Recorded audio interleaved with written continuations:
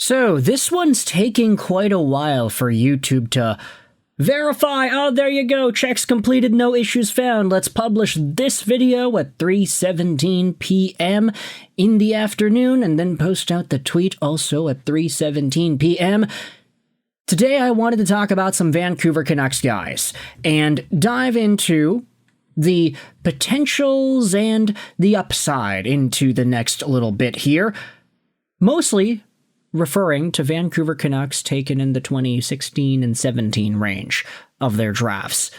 Now that sounds like a weird way to introduce the topic, but still, today I wanted to talk about Vancouver Canucks superstar Elias Pettersson. I wanted to dive into some comments made on him by Frankie Corrado on Schaefer and Price, talk about some expectations, talk about some realities here, and I also wanted to dive into the Vancouver Canucks' other top pick of this era, who's in the news today for some very different reasons. I also wanted to refer to Olli Juolevi.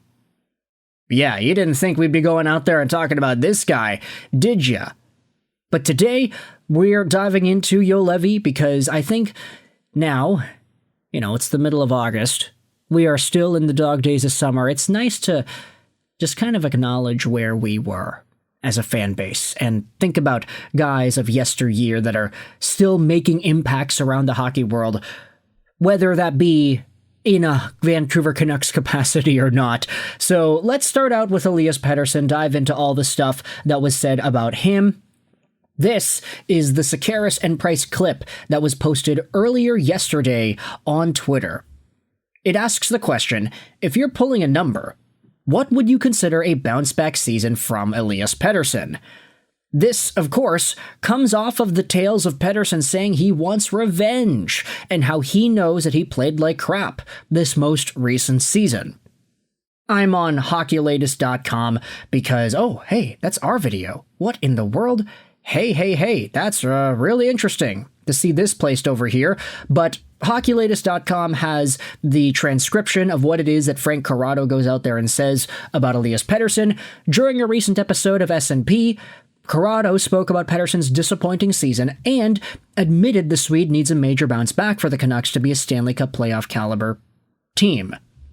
According to Corrado, Pettersson will need to eclipse 75-plus points next season to consider next season successful.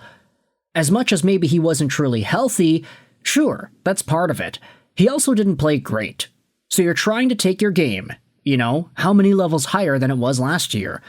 I just think it's a reasonable expectation to say that this guy, based on his skill set and if he's having a really good summer, can be a 70 to 75 point player and build back up to being a guy who's basically an automatic, going to be around a point per game or maybe more than that if things go really well for him. I think 70 points is very much within his wheelhouse. And here's the thing about Elias Pettersson. I think if you had told any Canucks fan a year ago, hey, we're going to be hoping for this guy to get 70 to 75 points, I think Canucks fans last year would have been like, really? Wait a minute, what? Like, we know he played poorly towards the end of 23-24, but does he really get that bad that 70 is all of a sudden like the expectation here? Because if you look at track record, Pettersson was at almost 70 points in 2021-2022. That was his third season. And shortly after, he ended up getting that 100-plus point year. He had Andrei Kuzmenko on his wing, everything was going in, it was looking really good. Pettersson himself had 39 goals. The year after, he dipped to 89 points, but that was still well over a point per game. He still had 34 goals.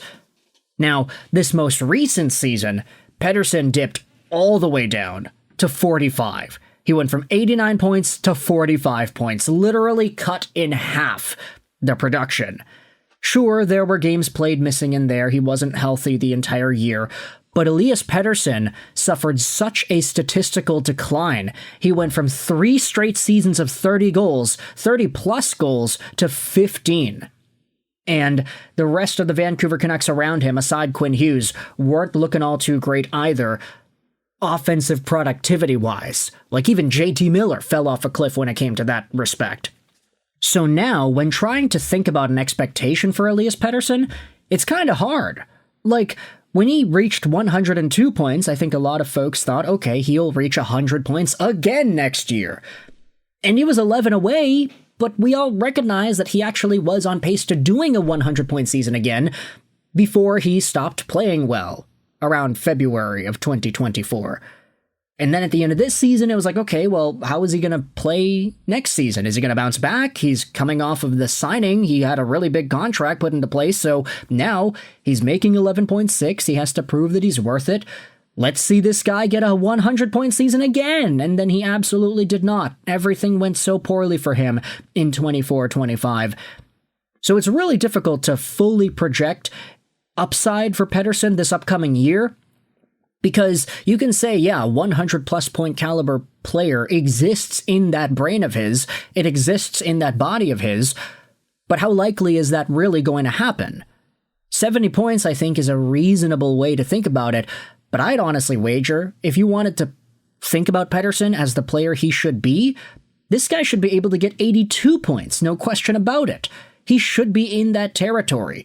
He busted through 100 points in 22-23, still had over 82 points in the terrible end of the season he had in 23-24, and last season, I mean, his production got cut in half, so for me, I think Elias Pettersson's going to need to double that and give it to the next person in order for him to have a successful season. I will say, though, it's going to be difficult because it's not like he has Andrei Kuzmenko scoring at a 40-goal pace alongside of him. JT Miller is gone. He's going to have to make do with Evander Kane and Jake DeBrusk. Hopefully Brock Besser can get that step back. But for Elias Pettersson, ultimately, this is a guy who does have what it takes. It's just, will he be healthy enough and consistent enough to display it?